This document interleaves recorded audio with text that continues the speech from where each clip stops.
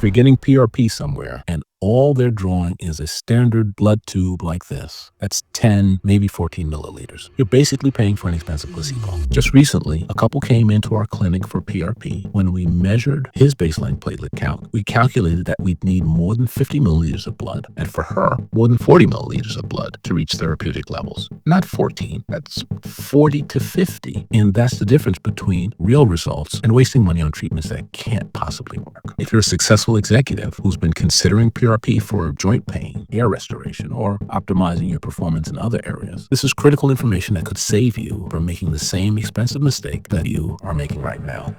I'm Dr. Desmond E. Banks, and in my concierge longevity practice, I see high-performing men and women who've been burned by ineffective PRP treatments. They come to me frustrated because they invested in what they thought was cutting-edge regenerative medicine, only to get little to no results. And it's not that PRP doesn't work. It's that many clinics aren't delivering actual PRP. They're delivering slightly concentrated plasma, sometimes charging you premium prices for it.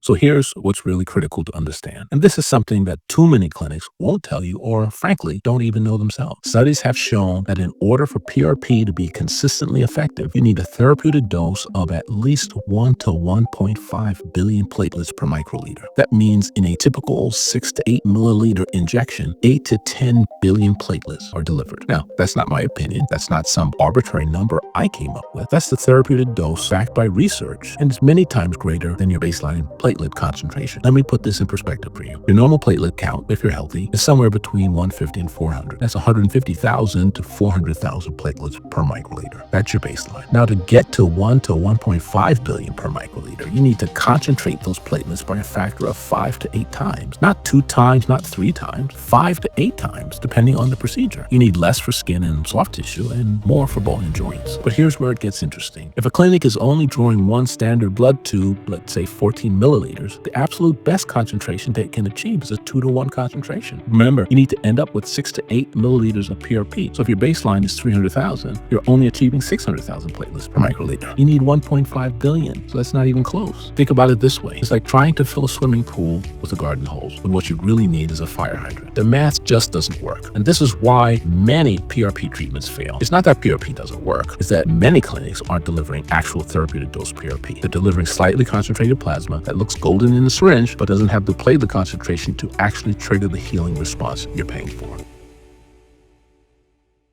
Now you might be wondering, why does the concentration matter so much? Can't we just inject more volume of lower concentration PRP? Well, every injection site is going to have a limit to the volume that can be injected. And here's what's really happening at a physiological level. Platelets contain this complex combination of healing elements, growth factors, proteins, cytokines, which are chemical messengers. And when these platelets are activated at the injection site, they release these factors to accelerate tissue regeneration and repair. But there's a threshold effect here. Below a certain concentration, you simply don't get enough growth factors released to trigger the healing cascade. It's like trying to start a fire with damp kindling. You need a critical mass of platelets to create that therapeutic effect. This isn't just theory. PRP has been used successfully in orthopedics for decades to treat tendon injuries. You can inject it into joints for injuries and for arthritis. It's been proven effective in aesthetics for facial rejuvenation, skin rejuvenation. But here's the key. In all of these successful applications, the studies that show real results are using therapeutic concentration. The studies showing mixed or poor results, they're often using inadequate concentration. The therapeutic effect of PRP is directly related to the preparation, formulation, and concentration. Get any of these wrong, and you're wasting your money.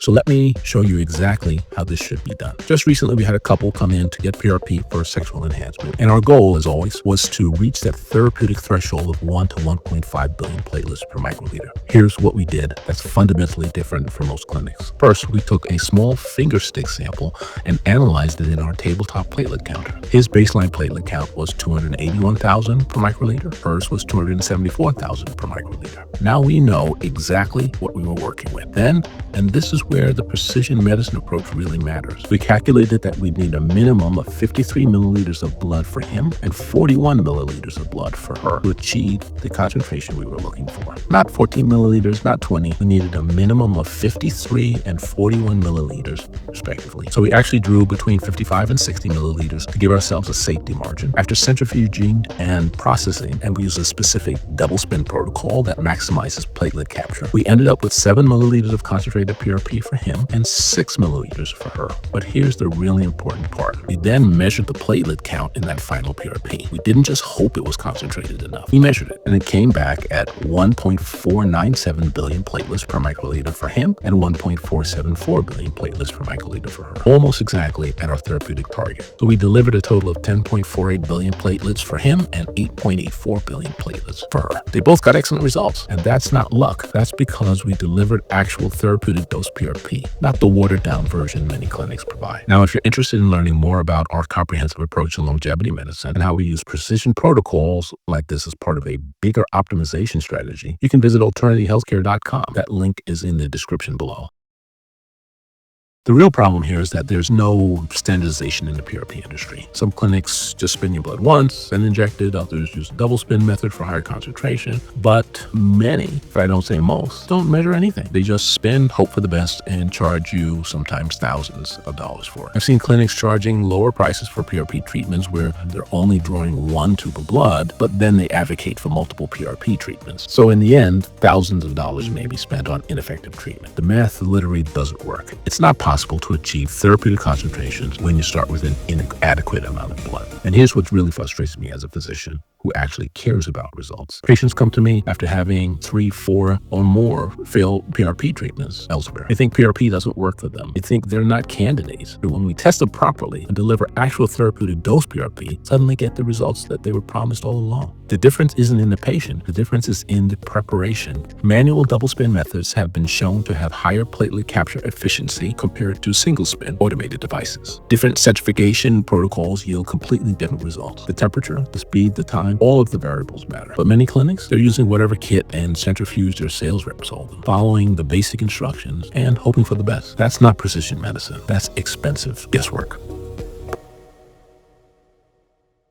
So how do you protect yourself? How do you know if you're getting real PRP or expensive plasma? Here's the exact questions you need to ask any clinic before you let them touch your blood. First, how much blood are you drawing? If they say 1 tube or 14 milliliters, walk away. You need at least 30 to 50 milliliters, sometimes up to 100 milliliters, depending on your baseline platelet count and the volume of PRP you're going to need for your situation. Second, do you measure my baseline platelet count? If they don't, they have no idea what concentration they need to achieve. They're literally guessing. How can they know if they're concentrating your platelets 6 to 8 times if they don't know what you're starting with? Third, do you measure the final platelet count in the PRP? This is the most important question. If they can't tell you the exact concentration they're achieving, if they can't show you that number, you're gambling with your money. Fourth, what's your preparation method? Is it single spin, double spin? What's the target concentration? What centrifuge protocol do they use? If they can't give you specific numbers and protocols, yeah, you probably are best to find another clinic. And here's a red flag that should send you running. If they tell you, all PRP is the same, or it's your own blood, so it all works the same. That's like saying all medications are the same because they're all chemicals. It's just ridiculous. It's fundamentally wrong and shows that they don't understand the science.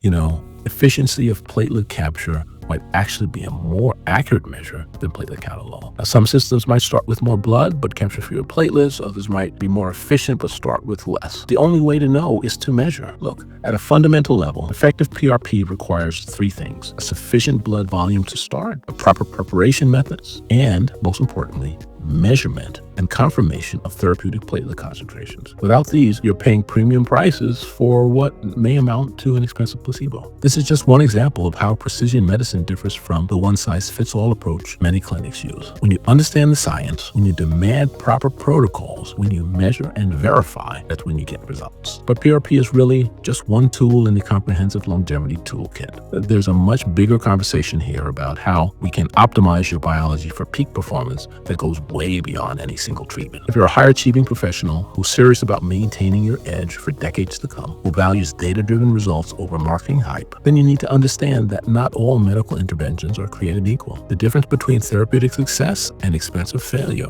often comes down to the precision of the protocol. Now, if you want to dive deeper into how we measure and optimize the key biomarkers that determine whether you'll maintain your peak performance for decades, check out this video next, where I break down the critical markers every high-performing man and woman should be tracking after 40. These are the indicators that tell you whether you're aging optimally or accelerating toward decline. And most doctors aren't even testing for them. Click here to watch it now.